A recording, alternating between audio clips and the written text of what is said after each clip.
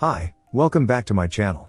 In this video, I will discuss the relationship between an OEE monitoring system and standardized work.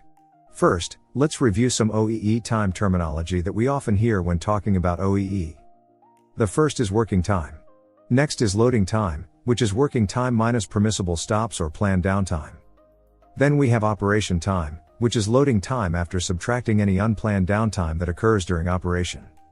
There are also other important terms, such as net operation time and valuable operation time, which represent the time used to produce good output based on cycle time. Now, let's look at the basic OEE calculation. In general, OEE is calculated as availability multiplied by performance multiplied by quality, and the result is expressed as a percentage. Availability is calculated as operation time divided by loading time. Performance is calculated as cycle time multiplied by total output quantity, divided by operation time. And quality is calculated as the total good quantity divided by the total output quantity. We can simplify this formula by canceling out the same terms in the numerator and denominator. By doing this, we get a simplified OEE formula. Cycle time multiplied by good quantity, divided by loading time.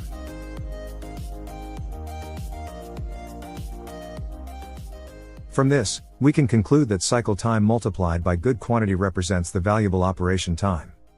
Therefore, OEE is the valuable operation time divided by the loading time. In other words, OEE shows the percentage of loading time that is actually used to produce good output at the ideal cycle time. So, what is cycle time? Cycle time is the actual ideal time required to produce 1 unit of product. In practice, we usually obtain cycle time by conducting direct observations using a time study sheet. The result of this time study is then standardized and documented as part of standardized work.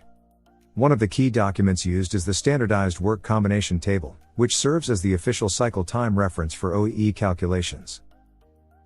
Therefore, it is important to integrate standardized work with the OEE monitoring system. By doing this, whenever standardized work is updated, the cycle time value in the OEE monitoring system can also be updated easily and consistently. I have a tool that makes it easy to create standardized work, called the Standardized Work Analyze tool with video capture. I will integrate this tool so that after standardized work is created, the results are automatically sent to Node-RED, including updates to the cycle time. There are 3 standardized worksheets that can be uploaded to Node-RED. The Production Capacity Sheet, the Standardized Work Combination Table, and the Standardized Work Chart.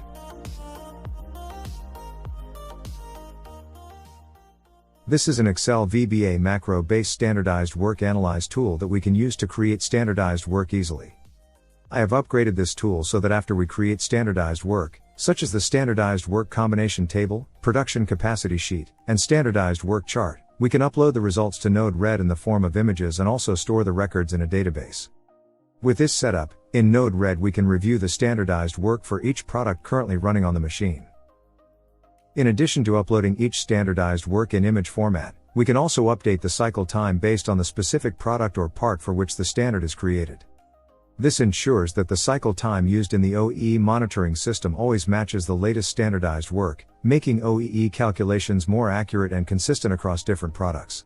Regarding this Standardized Work Analyze tool with video capture, you can watch my previous video where I explain how to use this tool to create standardized work easily and quickly.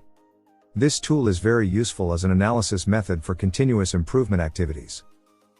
Now, let's take a look at the OEE monitoring system dashboard in Node-RED that I built. On the real-time dashboard, we can select the work center and the machine we want to monitor.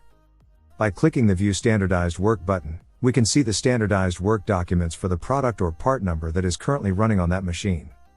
Simply click on a document to open and view it in a new tab.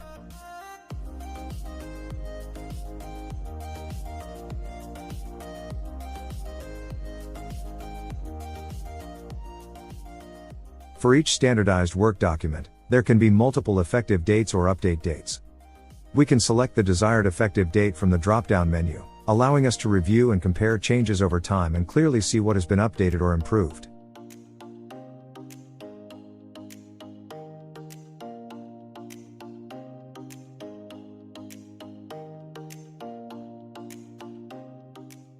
Now, let's look at other work centers, such as the machining and painting processes. By reviewing the Production Capacity Sheet, Standardized Work Chart, and Standardized Work Combination Table, we can compare these documents with the OEE values, especially the performance value. This helps ensure that the cycle time reference is correct and up to date. In addition, by analyzing the existing standardized work, we can identify improvement opportunities and clearly see where further optimization can be made.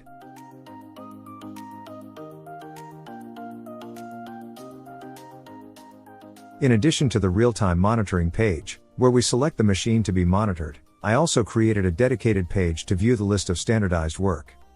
On this page, the standardized work is displayed in a table based on the product or part number. When a row is clicked, a pop-up window appears, showing the standardized work for the selected product or part number. We can also sort the data based on the work center or the machine name, making it easier to find and review specific standardized work documents. So, by integrating standardized work with an OEE monitoring system, we can ensure that cycle time data stays accurate, OEE performance is reliable, and improvement opportunities become much easier to identify. This integration helps bridge the gap between shop floor standards and real-time performance monitoring, making continuous improvement more structured and data-driven. If you find this video useful, please like, share, and subscribe to this channel. Thank you for watching, and see you in the next video.